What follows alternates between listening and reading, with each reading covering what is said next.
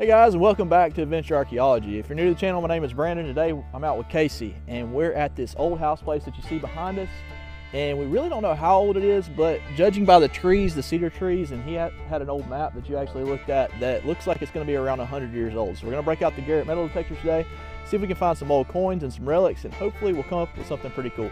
So y'all hang in there and let's go see what we can find.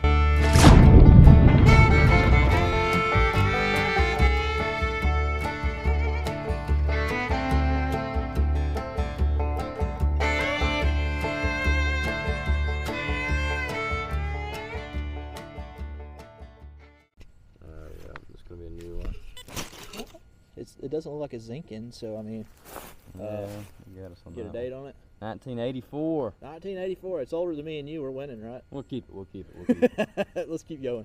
All right, y'all listen to this one. That sounds really good. I'm hoping for a dime. Let's find out. It's double beeping, so I don't think it's super deep. We'll find out. All right, I got my penny of the day. We're making our gas money back one coin at a time. Looks like it's going to be a 1974. We're getting closer. That's only 10 years off of silver. Huh. I'm going to get there. We're going to find silver today. I can feel it. Had a nice target. It sounded like a penny, but it was reading a little bit bigger. And I got what looks to be like some kind of little buckle. Looks like it may have been like silver washed a little bit at one point. I don't know. I'll do a little bit of cleaning up on it. May not be super old, but it's still pretty cool to find. And it means that this probably has not been metal detected. Here's the next target, guys. Old mason jar lid. Let's see if it was a ball. Yep, sure was. You can make it out right there. Ball mason jar. We'll take it. Get it out of the ground. The porcelain piece is still intact. Sometimes there'll be like a patent date around there. We'll have to clean it up and see later. All right, here's a tight signal right here. 8183, I'm calling a dime. Pinpoint small, definitely going to be a coin. I'm almost 100% sure. Let's find out together. Just snagged this one out, a nice 1964 penny, and it was right here by the front walkway of the house. So usually, if I find coins at an older home like this one, it's always right here by the sidewalk because that's where the kids played at. And they would roll the coins on the sidewalk or whatever, and they'd roll off into the grass and leave them. Now, the exciting part about that is 1964 is right where we want to be able to find a silver dime or quarter. So let's keep going. Maybe we'll find something here that's silver before it's over with. All right, I got a signal right here. It sounds like a quarter. Could be wrong. We're just got to dig it up and find out. It's ringing up on the apex though, around 85, 86. It is jumping, but there is a lot of nails in here, so I'm not going to let the jump kind of distract me from the target. So let's find out together real quick. Do a bit of a live dig. I told y'all before the last metal detecting video, it's kind of difficult to do metal detecting videos and hold your camera unless you put it on a tripod. Thankfully, Casey volunteered to hold the camera for me on this one. Oh yeah. And if it's gold, we'll cut the video off. Yeah, and then to avoid the IRS. I'm just kidding. We're not gonna do that. It's not a coin, I don't think. What is that? Is it a padlock? No, it's a tank. I found a tank while metal detecting. That's what I'm talking about. That's going to be the title of this video. Tank found while metal detecting. It's got the turret and everything on it. Look at that. I thought it may have been a little bit big. Got your number right there. Probably an old Mattel toy. Not what we're looking for, but it's pretty cool. We'll take it. You know, it's not a complete adventure archaeology video without finding at least one marble. There's a marble. It's seen better days, but it'll look nice in one of our mason jars, without a doubt. A lot of you may be wondering if you're a metal detector why we're not wearing headphones, and that's because we're just kind of out here in the middle of nowhere. I mean, you can kind of take a look around. There's no neighbors, there's nobody here to bother us. But when you wear your headphones, it kind of takes the part of being social out of metal detecting when you're with a buddy. It's harder to hear each other and talk back and forth. And me and Casey are both talkers, so that's why we're not wearing headphones today. We're gonna spend a few more minutes here, and then we're gonna go to a site that may be potentially over 250 years old. So let's spend a few more minutes, see if we can pull one more coin out of here, and then we'll be on our way. All right, we're at spot number 2 right now, and we were just climbing this hill, swinging the detectors, just trying to find any kind of signal. I had a signal that was right on top of the ground, and I kicked it. Look at that. That's a good one. That's definitely the age stuff that we're looking for. That's cool. Off of a horse. I think that's one of the coolest things I've ever seen you find. That's pretty cool right there, guys. So that's horse tack, and it was right on top of the ground. Now, this was a hunting club before the guy that Casey knows bought it, And so they probably cleared this with a bobcat and it came right off the top of the hill. Finding this right here though means that we probably need to spend a little more time here. We were just about to turn around and walk away, but man, that right there is a really good sign for us to find something. You can see that moss laying on top of it where it's been on top of the ground since they bobcatted this hill. That's crazy. So let's see if we can find something old, guys. That's got me excited. All right, guys, I got a good signal. We found the bridle right over there. Right here, I got another signal, and it is an axe head. I can't tell how old it is. God, it's got roots growing through it. Y'all got to bear with me for a second. That looks old. It does look old, doesn't it? Yeah, it's been there for a minute. Look at that root right through the middle of it. There we go. Yeah, we didn't plant that one. Oh, look at that. That's perfect. Dude. Let me zoom in on that. My gosh. I think that's an old one. For you axe experts out there, usually more modern ones don't have that dip down like that. Yeah, from what I've read about, they don't. I think that's 1800s. That's very old, you can tell. It could be Civil War era, just like that bridle piece. Yeah, hold it up again. Yeah, check that out. Wow. Woo. That's a big piece too. That is a big that was one. a real man axe. That thing weighed a couple pounds. You was swinging that bad boy. Dude, that's cool, man. I think we're getting on the trail. Oh yeah. Thought I had a gun barrel for a second. Look, check that out. That is a hefty crowbar, guys. Digging a lot of these iron targets and the ones that are larger. I feel like we're really honing in onto this south site though. That's a pretty cool relic regardless. Heck, it may even be made by a blacksmith. It's hard to say. We'll try to clean it up a little bit though and get some more info off of it. See if we can date it. If any of you guys got an idea, let me know. Look at the, it's almost like knurling along the edge of that. So I don't know, that may not be as old.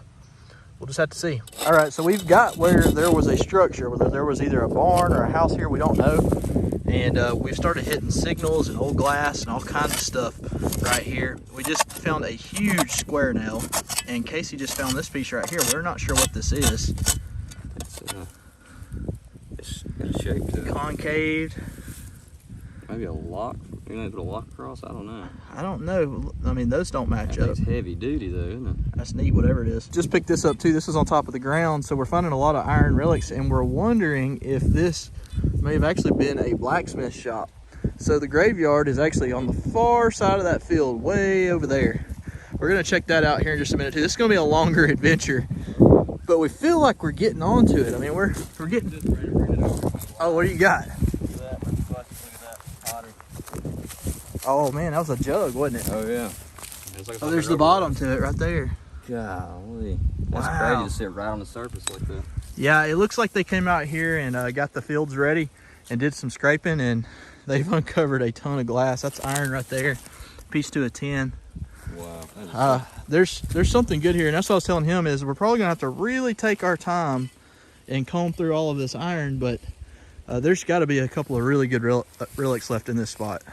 All right, we are across that field now. We left our detectors back there on the wood line because we do not want anybody to think that we're swinging a metal detector in a graveyard.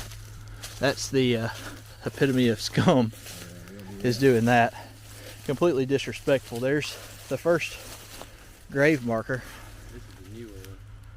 That's the newer one. It looks like that's one of the Woodsmen of the World or whatever ones. Yeah, this one passed away in 1905. So that's a 1905 grave marker.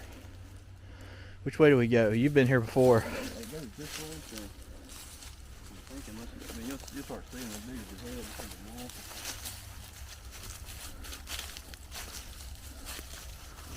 It's crazily grown up.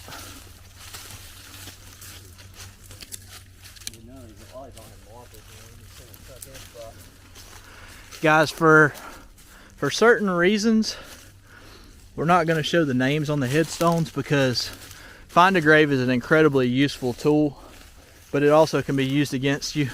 So if I show you the name on the graves, then what will happen is somebody will find a grave, the name on there, and then they'll know exactly where we're at if anybody's ever documented this spot. Yeah, and I don't know if this has even been documented. It may not have. We'll do a little bit of research. We'll take one of the names down and go search it and see if anybody's documented it on Find a Grave. We actually just spoke with the adjacent property owner who gave us permission to metal detect his property under one condition. For we find gold, we got to let him know. So that's pretty cool. He was a super nice guy. Said he's lived here his entire life. Okay, I'm starting to see more markers.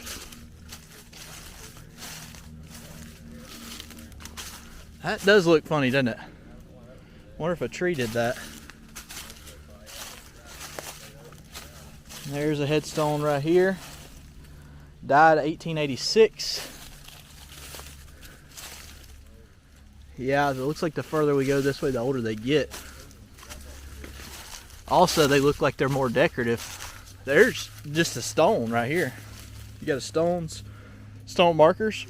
They did have, so everyone's aware, around 1,000 slaves on this plantation. And so some of these may be slave graves that have no markings on them. Very possible. Like this one right here. But that's definitely a headstone. There's a footstone. Those were bigger than my head last time I was here to pick them stand aside. Look how they sunk. Oh wow. I'm not even kidding. They were above my head. It's interesting how they put rock walls around them, isn't it?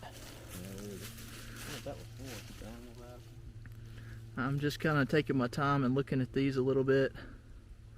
1850s. These have very, very interesting transcriptions on the headstones. We will come back and visit this. We're just not going to do it right now until we get through hunting. So it may be a couple months down the road. I don't know if y'all can see, like Casey was talking about, these right here were a lot taller. And you can see that the graves have sunk. 1823, wow. Now we're talking pre-Civil War, which is what we're really excited about, because one of the reasons we're out here is because of some really cool documents that Casey found, where there was a lot of really cool stuff out here. It wasn't just Civil War, it wasn't just Plantation, it wasn't just some of the first areas for this entire community. That one snapped in half.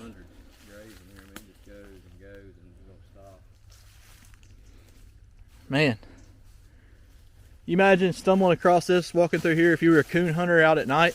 I would run. You were chasing your dogs and all of a sudden you stumble up into this. Whew. I'd be gone. Be spooky. Yeah, I'm scared during the day, but at night, that's a different story. That's a neat one right there. I will show y'all, like this right here. See, that one's been snapped in half. All you can see on it is the CE. That one right there was actually carved, but there's nothing on it. These down here, I mean, you're touching 1700s on some of this stuff. And for Alabama, that's just about unheard of. Look at that cedar tree right there. Wow, that's a big cedar tree. Unfortunately, we got to cut the camera off on this one, but in future episodes, we'll show everyone. This is the most important one. That one is right there? Yeah. That's to come, guys. Hate to tease y'all with this history, but it is what it is. It is what it is. There's too many people out there looking for areas like this one. All right, guys, we've been at it for a pretty good while, and we covered a lot of ground. A lot of it's been in the woods, more so than the field, trying to actually find the old home site. I just got a target down there. It was pretty dang deep, and it's a hoe head. Thought that it may have been an axe, but I think it's an old one. I could be wrong, but this was probably gardened at one point in time for either corn or cotton or who knows what. It was a good spot because the creek's not far from here either. So our next venture here is probably going to be in the creek to rule that out and see if we can find the mill site that was attached to this farm at some point in the history of this particular plantation. So we'll just have to see. We're going to swing the detector between here and that far corner over there where we parked. See if we find anything between here and there. Guys, the rain actually shut us down for today, so we're actually heading in. I'm going to take just a second to show you all the items that we found. It wasn't a super productive day, but again, we were scouting 4,000 acres trying to locate a plantation home. So I think we got a good start on it and got a general idea of the direction that we need to head. If anybody's got anything that they know about this axe right here, if they know what type it is or how old it may be, I know that the eye hole and all that kind of stuff makes a difference. Drop a comment and let me know below. I do not know how to date that, but if I did, it would give me a general idea of if that area may be the older area. The bridle, the way that it's rusted, looks like it is much older. It almost looks like it's from the maybe mid 1800s, and that's what we were looking for. So that was a really good sign. We did find the other stuff at the house place, tons of shotgun head stamps. A lot of them were the UMC, the ones that were around the turn of the century. Not what we were looking for, but overall, I had fun. It was a good day. We got to see some stuff and do some stuff that we don't typically do. If you enjoyed the video, be sure that you're subscribed, and we'll catch you guys in the next adventure.